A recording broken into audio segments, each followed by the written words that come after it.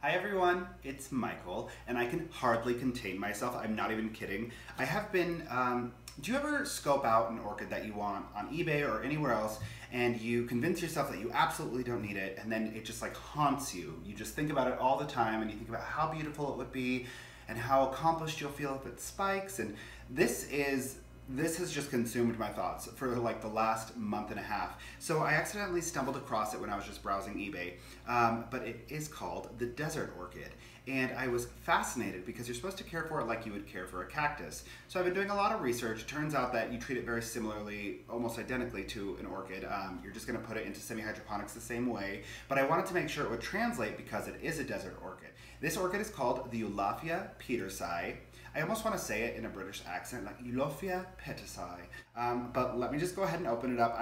I'm surprised I made it to filming this video without just ripping open this box. I'm not kidding, I've been so desperate to get my hands on it. So let's just jump in.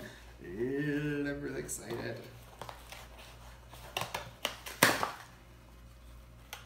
Oh. Oh, it gave me, what? You guys, check this out. It looks like it gave me, what is the second guy? What on earth is this little thing? Well, hold on, sorry, I'm not, oh, well, there's two, it's another baby. What are these things? Huh. So let me just show you what I'm seeing. Let me come around, actually. You can see there is this separate little nugget here, and I'm not even sure what this little nugget is. I truly don't understand what the other thing is. Can anyone tell me what this is? I don't know, but it's darling, and I'll take it. Is that a free orchid? Cool, I'm into it. And there's a little baby guy of the same thing. I don't even, look at it. What is that? Okay, I need to email this seller and get back to you guys. I might have to press pause on the repot because I just don't. I want to understand, but I just don't. Okay, friends, I think I've collected myself. I've set my intense confusion aside for a moment, but this is the plant. So I want to take you in closer on it because it's so interesting. It has this big, thick pseudobulb-like, or maybe it just is a pseudobulb, here, but then the leaves are super, super rigid. They're almost like aloe vera leaves. So it's really interesting. The roots are very thick and fleshy, and looking at them dry, they kind of remind me of zygopetalum roots, but I'm not sure until I get them wet. So first step in this process is I'm just gonna go ahead and give this a quick soak. Now, I have my tepid water right here. I'm gonna just drop it right in. Now, you might be wondering why I'm soaking it since I'm not trying to remove any potting medium from it.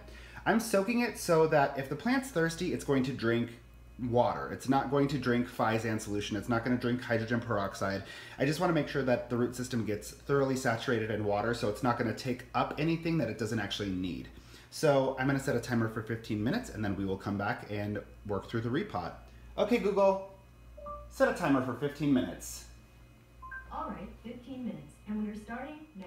15 minutes is up, so I've gone ahead and drained the water. Now we can begin the actual treatment processes. So I'm just gonna go ahead and start off with my hydrogen peroxide on the roots.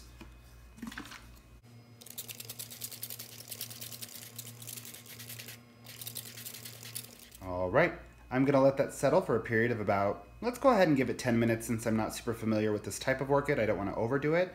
And we'll come back and finish the treatment process. Okay, Google, set a timer for 10 minutes. Okay, 10 minutes, starting now. 10 minutes has passed, so now I'm going to go ahead and apply the Physan 20 treatment to the roots and the rubbing alcohol and dish soap treatment to the foliage.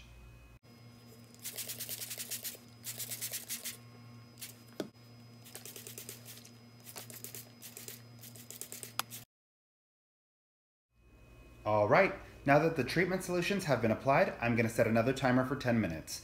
Okay, Google, set a timer for 10 minutes. All right, 10 minutes, starting now. 10 minutes has passed, so I've gone ahead and rinsed the orchid of all of the treatment solutions. Now we can begin the actual repot.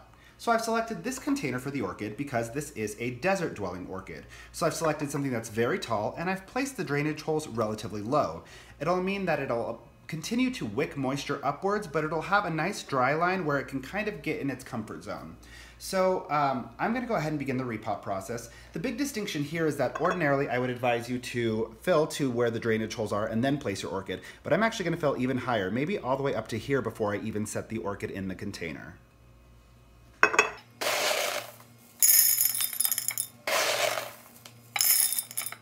So I'm gonna go ahead and place my orchid now. You can see I've filled the leca pellets all the way up to about here, but I'm not quite sure where I should place it in terms of front bulb and back bulb. I'm not sure what the growth pattern on this plant is because I've never had one. So I'm just gonna place it in the dead center to be safe. Now I'm gonna fill leca all around it.